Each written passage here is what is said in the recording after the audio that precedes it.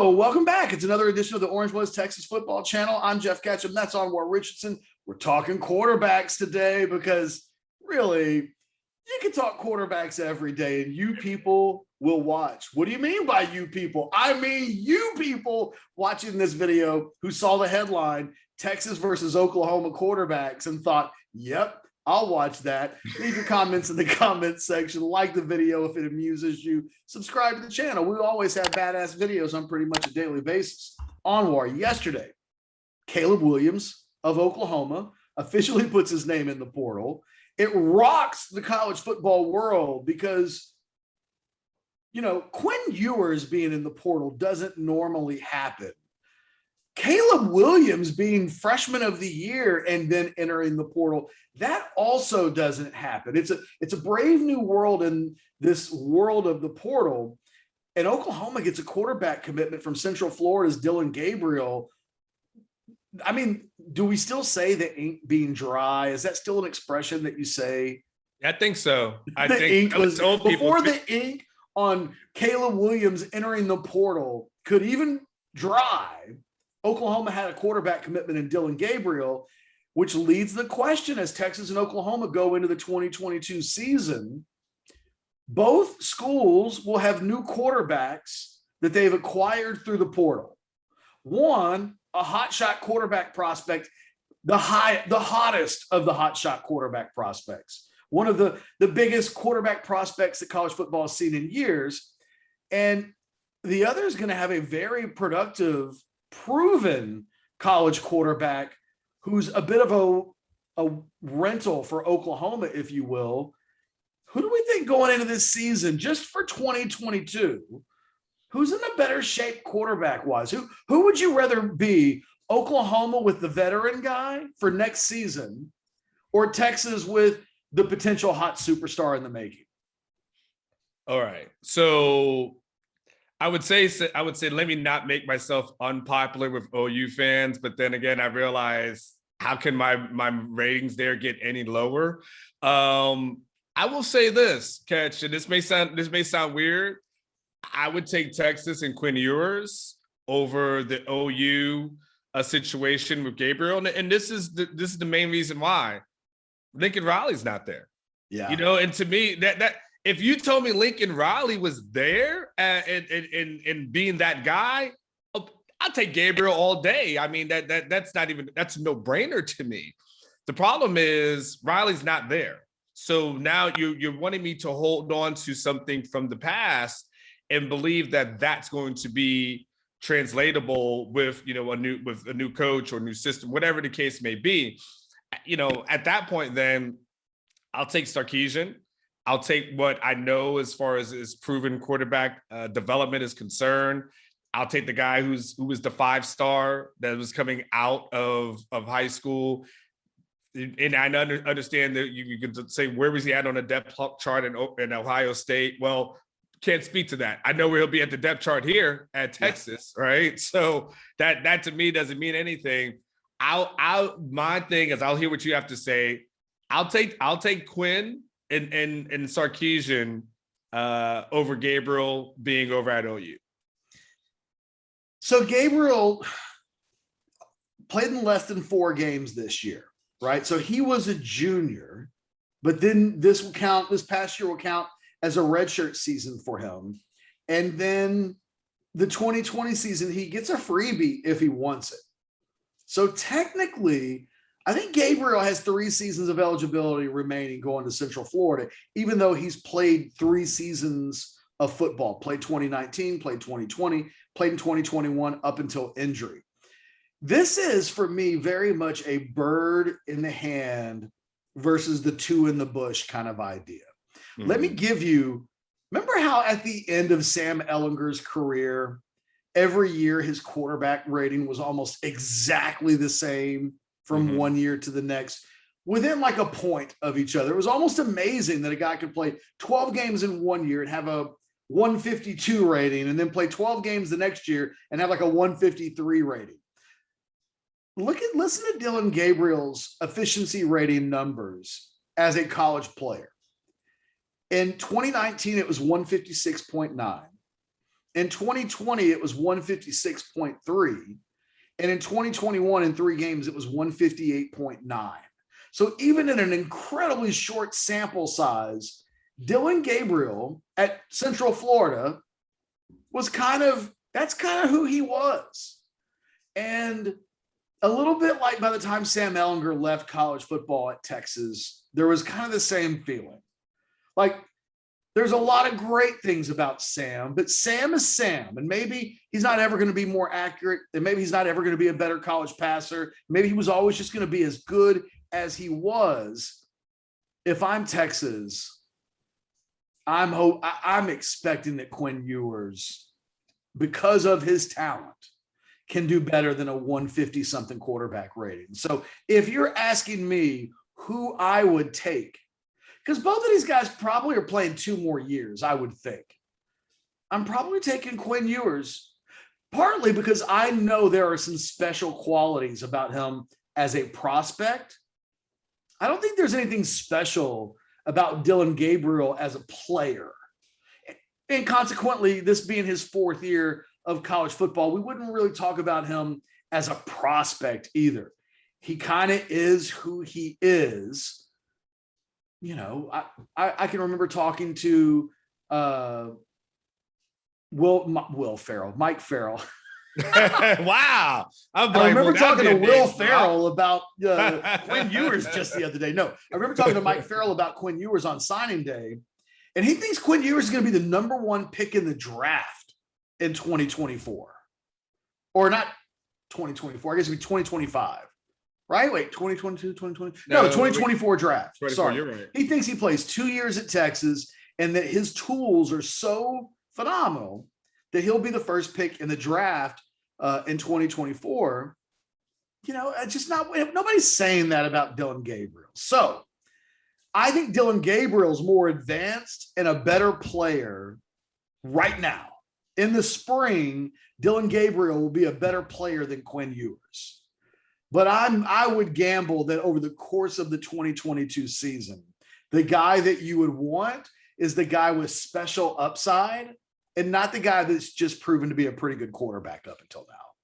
Well, and that's the thing. I mean, and again, I can't knock him for, the competition level that he's playing on, but I also have to obviously factor that in, that's the competition level that he played on. Yeah. So, he didn't play, a ton of killers. This will be a brand new, environment for him, to come in and, the OU, the pressure that's going to be associated with that, and then again, you don't have Lincoln. Like I just, again, I think Lincoln for me, Ketch, was if Lincoln co-signed on you, I said you were bona fide. I said you were legit. But if you don't have Lincoln there, so I can't necessarily just automatically check this box and say I know this guy is going to be it. Like, I don't know that, but we definitely have every indication that Quinn is going to be something special. Quinn is going to be something that where you hear from folks that believe he's going to go pro within a couple of years, a guy who could make the throws. Like, I look at the upside. And again, I still got to factor in Sarkisian. Like, I still got to factor in that Sarkisian is a guy that's been able to develop quarterbacks and get them to a certain point. Say what you want to say about Casey Thompson, we could debate the year that he had. At the end of the day, he did help Casey Thompson lead the Big 12 in touchdown passes thrown. I mean, and this is with an injury or in not being able to play in all these games. Like, and no matter what, we could debate like what Casey Thompson was or was not, but we know that Casey Thompson, when healthy, was arguably not only the best quarterback in the Big 12, one of the best quarterbacks in the nation. Say what you want to say about Hudson Card, I could still say and again, as a person who stood on the table for Casey Thompson, I've still been able to say Hudson Card in that last game that he played in looked better. There was improvement that I saw. He didn't look like the guy that was jittery, initially and making the bad throws. I looked at him and say, man, Hudson has gotten a lot better. He's improved. You've got to give Steve Sarkisian credit for that. And so now when you got a guy that's coming in who has all the tools, I've got to factor in Steve Sarkisian's ability to work with quarterbacks and ability to develop them. We saw what he was able to do with guys with, Casey and helping Hudson get better. And I have to believe that he'll be able to do the same coming back with, again, your Xavier Worthies of the world, potentially, Jordan Whittington staying healthy, Troy Amiri staying healthy, other guys that we did the last video on, and we believe that Marion's is the receivers coach that we believe he is, then all of a sudden things get better. I mean, Catch, think about this. One of the things I put out in my Sunday column, you think about like Xavier Worthy, Catch, and all the spectacular catches that he had and the toughness, the grit, and everything that he showed. Think of all the times that he was open, Catch, like wide open, and those passes were missed. And Quinn Ewers is just more accurate, especially on those deep balls. I mean, we're talking about it. We're having a totally different conversation about stats and Xavier and, and what this offense looks like. Real couple of thoughts. First of all, if you're a Texas fan, let's just acknowledge the elephant in the room, which is Caleb Williams out of Oklahoma and Dillon Gabriel in. That's a win for Texas. I mean, it just is. Caleb Williams is the presumed number one pick.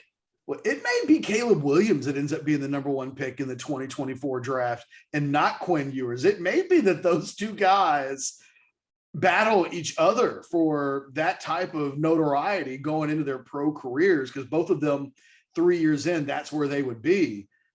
When you look, Texas fans are jumping through hoops right now in celebration that Oklahoma lost Caleb Williams, so it seems, and that Dillon Gabriel is a replacement. Dillon Gabriel is a perfectly fine player, but no one is confusing him for Caleb Williams. And I look back at what Dillon Gabriel did in his last full season. So you go back to the 2020 season, because last year he only played in 3 games. Look at the best teams that Dillon Gabriel played against. He's only played against 2 ranked teams in his entire career. Both of them were in his second season in 2020. He played BYU in the bowl game and threw up a 101.8 quarterback rating. A couple of weeks before that, he played against Cincinnati and put up a 110.8 quarterback rating. That is a bit worrisome. In 2 games against Tulsa in his career, he's put up a 111.8 rating. And then the year before that, he put up a 122.8 rating. So there are some, the better the competition that Dillon Gabriel has, I'm not even, you look at those, he's not a very efficient player, Dillon Gabriel. The task that Jeff Lebby and Oklahoma will have with him is trying to get him above 60% passing, and he's got to be more efficient. And his biggest games of his career thus far, his inefficiency is the thing that stands out. He's not a guy, even in those games that I mentioned, he's not a guy that was turning the ball over a lot, but he was a guy that was needing to throw the ball 50 times to throw for 200 yards. And, that they will need a more efficient Dillon Gabriel if they're going to win the Big 12 next year. And I think that the thing you mentioned, Quinn Ewers, the thing that I love about him as a prospect is I think he's the most accurate young quarterback I've ever seen in the short and intermediate. I think the deep ball is the thing that Quinn Ewers, ironically, what you were just talking about, as a college player will need to refine a little bit. I often found him at the high school level underthrowing his receivers a little bit, which is a bit odd considering he's got this big old arm, but he's not a guy that has yet proven that that's his strongest suit as a college player. So both Texas and Oklahoma have guys with question marks. One's got immense upside and the other has rock solid, soundproof that he's actually good at this level. Not great, but even, we can't say that Quinn Ewers right now is a good college player. It's unproven. So it's really, it'll be the story of the year in the Big 12 this year. How each of these 2 quarterbacks develops quickly will probably determine the entire shape of how the 2022 Big 12 season is remembered. No, I think you have an excellent point, Catch. I was looking at I was looking at OU's schedule, and they open up versus UTEP and Kent State, and then they go to Nebraska. I'd be very interested if Casey Thompson transfers to Nebraska and what that might look like in that third Saturday in September. If I'm Texas, you know what? I'm relieved that when the Caleb Williams thing happened yesterday, there was a part of me that thought Casey Thompson at Oklahoma could be a problem. When they got the commitment from Dillon Gabriel, my first reaction was, well, if you're Texas, that's good. At least Casey Thompson's not going there. Yeah. If I think, look, what the hell do I know? Maybe Jeff Lebby just knows more about this than I do. If I had to choose between the two guys, no offense to Dillon Gabriel, I'm taking Casey Thompson, whose only real knock against him is that he badly injured his thumb and it screwed up what could have otherwise been an even better season. So I thought of all of the things that could happen for Oklahoma from a Texas perspective, Dillon Gabriel's not the worst, but it sure as hell ain't the best thing that Oklahoma could have done, which I think would have included finding a way to keep Caleb Williams, who hadn't completely dismissed that. But after the commitment of Dillon Gabriel last night, it feels like Caleb Williams is gone. And I don't know, if we're doing a video today about Casey Thompson at Oklahoma this year versus Quinn Ewers at Texas this year, I think it's a different sounding video from my perspective. And maybe Oklahoma fans will be able to take this video and shove it in my face in 9 months from now, 10 months from now, and they'll say, you doubted him, and look now we've turned him into, maybe that happens. Like, I'm not completely dismissing that. But from my perspective, Casey Thompson at Oklahoma felt like a bigger potential problem for Texas than Dillon Gabriel. Simple as that. No, that's fair. I hadn't thought about that, but it would have probably been the most natural transition, for Casey going back to Oklahoma and all those type of things. So like that to me would have been like easy, dad finally on the other side for the Red River. Oh, the stories write themselves. Yeah. So it is interesting. By the way, Catch, I don't think I've ever noticed when a guy is transferred, a school issuing a press release. That was weird. They made it really weird, right? They made it, clearly this was a kind of a planned thing, right? Because it came out right afterwards, and the school had issued their press release, kind of, which is, I've never seen that for a transfer, like ever. And if you're Spencer Rattler, you're like, hey, where was my endorsement, by the way? Because you guys didn't give a damn when I went in the portal. And like, it was such a weird, like, I guess we're trying to keep the door open for you, but then hours later to get a commit. Like, I didn't understand that. That was probably the most odd thing I think I've seen. Well, it was weird in the sense that we'd never seen it before. And it became even weirder. Like, clearly it was a dog and pony show thing when they had Dillon Gabriel lined up to commit within hours. I mean, there are no accidents in life. It can't be that they've reached out to Dillon Gabriel yesterday afternoon. Yes, first time. 4:00 in the afternoon, and was like, hey, man, what do you think? Correct. Yeah, I'll commit to you upon first. Like, I doubt that it happened that way. Look, it comes down to, they know that Caleb Williams is special. Like, they know it. They just saw him in the bowl game. Yes. They do. And you know what's crazy, Catch? Rip Oregon apart in the bowl game. You know what's crazy, Catch, too? In that release that they did, they talked about like the NIL stuff. And I'm like, wait a second, you're not supposed to, as a school, to help guys get NIL deals. Like, that's not how this goes. That's not how it works. So it was weird to put it in print. Go ahead. I think they were simply protecting their backside because they're losing an infinitely invaluable asset. And he's proven, like, Texas hopes that at the end of Quinn Ewers' freshman season, he's talked about exactly the way Caleb Williams is being talked about at the end of his first season at Oklahoma. A total game changer.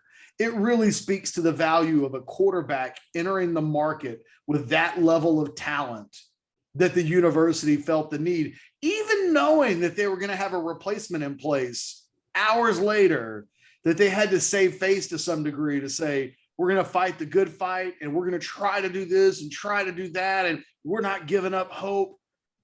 Because what otherwise the kid just goes into the portal and their fans are like, what just happened? We're supposed to be excited about Brent Venables. We're supposed to be excited about Jeff Levy. I've seen Oklahoma fans say, we haven't been this, and I think it's really funny that Oklahoma fans are saying things like, we haven't been this united, all for one for all in the program in like a decade. And it's like, y'all weren't saying that shit when Lincoln Riley won 6. When Lincoln Riley topped off his 6th consecutive Big 12 championship and landed Caleb Williams as a recruit in the process, no one was saying, we just don't really feel Lincoln. He's not one of us. Yeah. No, he was their guy. He was their difference maker. He was the guy they hope to keep forever. Oklahoma fans are caught between two places right now. They want to be really excited about this Brent Venables thing. To lose Caleb Williams, though, is, look, if that happened to Texas, if Quinn Ewers bounces after this season for any reason, there's no spinning how big of a deal it is and how big of a loss it is. So Oklahoma fans want to be really excited and really optimistic, and yet a really horrible thing just happened in terms of your single most important asset just departed the program. It'd be like if Bijan had left Texas right after they hired Sark, and you'd be like, I want to be so excited, but we just lost our best player. How do I reconcile losing the best player, but still wanting to be really excited about the upcoming season? Welcome to how the other half live, Oklahoma, quite frankly. This is the kind of shit the Texas fans have been going through for a decade. So just so you know, that struggle to grasp exactly what your feelings are about a given moment in time related to your football program. Yeah, been there, seen that, done videos about it countless times. You got anything else to say on the quarterbacks today? It's almost like an ad. Hey, if you're an OU fan and this is what you're going through, please call us. We've got help for you. We've got counselors, qualified Longhorn counselors standing by, waiting to take your phone calls.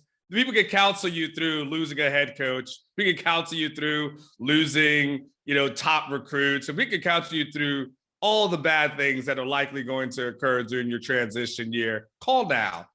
We're waiting. Now. Yeah, that is so true, man. It is. We've turned into therapists as much as anything else. And all Oklahoma fans know is winning a lot and never being unhappy, really. It must be nice. Yeah, it must be nice, but yeah, this is now you get to look at, the BYUs and Oklahoma States in the world and say, how the hell did they get there? Look at our talent and so on and so forth. And now you get to go someplace and if you lose, people chant SEC. Hey, I'll put it like this. Last thing I'll say. Yeah. If Texas lost Casey Thompson and Hudson Card to the portal and replaced both of them with Dillon Gabriel, Orange Bloods would be on fire right now. Yeah. That's not an upgrade. And that's the situation that Oklahoma is in right now. They just downgraded significantly at quarterback. And there really ain't anything I think Dillon Gabriel can ever do to change that. He's not Caleb Williams. And it's the difference between Oklahoma going into next season with undisputably the best quarterback situation in the Big 12. I mean, Purdy's gone. Texas is having a changeover. Unproven quarterback.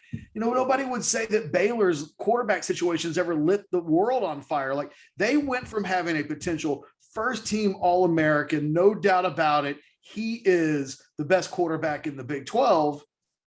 Now they just got a guy who will probably compete for all conference honors, but that ain't the same thing as being undisputably like he ain't. Caleb Williams enters next season as the Big 12 Offensive Player of the Year, I think. Preseason.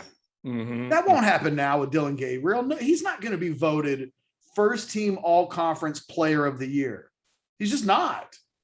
Who ends up, by the way, Catch, before we go, who enters in next season as like the first team all Big 12 on the preseason list at quarterback? It's a great question. I don't have an answer to it yet. I mean, who knows?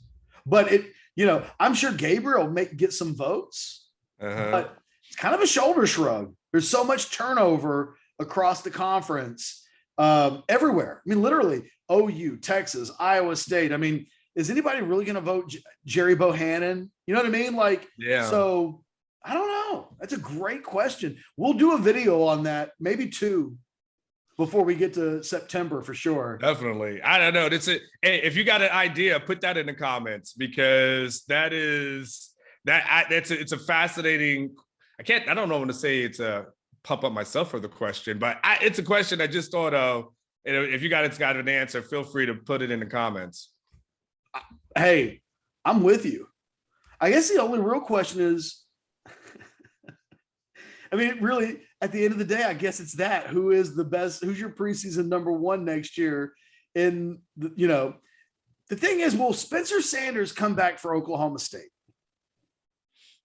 That's a good question. And is he good enough that yeah. You know what his quarterback rating was this year? What's that? 133.9. He threw 20 touchdowns and 12 interceptions. But would he be by default as the most experienced guy? Maybe. Maybe. I don't know. This is a Twitter question. This is a Twitter question, an OB question, a YouTube question. This is because what we've seen, Catch, is, I mean, it's basically been OU spoil of riches, Yeah. And you've seen a proven guy, you're like, oh, well, there's the next Heisman Trophy guy. I mean, but now you wonder, like, who is the guy? Who's the guy? And is it the person by default? And the person that gets it at the beginning of the year, will that person be the same one standing at the end of the year? There's no way they'll give it to Ewers in the preseason. No, they don't like Texas that much to do that. They don't like Texas that much at all. No, that's a no-go.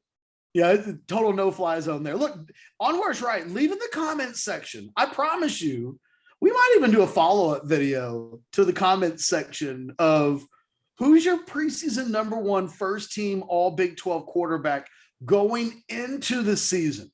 Don't tell us who you think is going to have the best season in 2022. It's not what we're talking about. We're talking about going into the season, who is regarded as the best based on what we have in front of us now, because the information won't change between now, really, and the time they do the voting for the preseason teams all next year. Leave your comments in the comments section. I will go out of my way to read these. I'm curious because I don't have a good answer. Neither does Anwar. Really, it sounds like we're both kind of shaking our heads and shrugging our shoulders. We will depend on the good people in YouTube in the comments section. And when has anybody ever said that? To show us the light. For Anwar, Richardson, and myself, hey man, thanks for watching. Thanks for participating. Subscribe to the channel, like the video, do all that stuff. We'll talk to you later in the week. Later.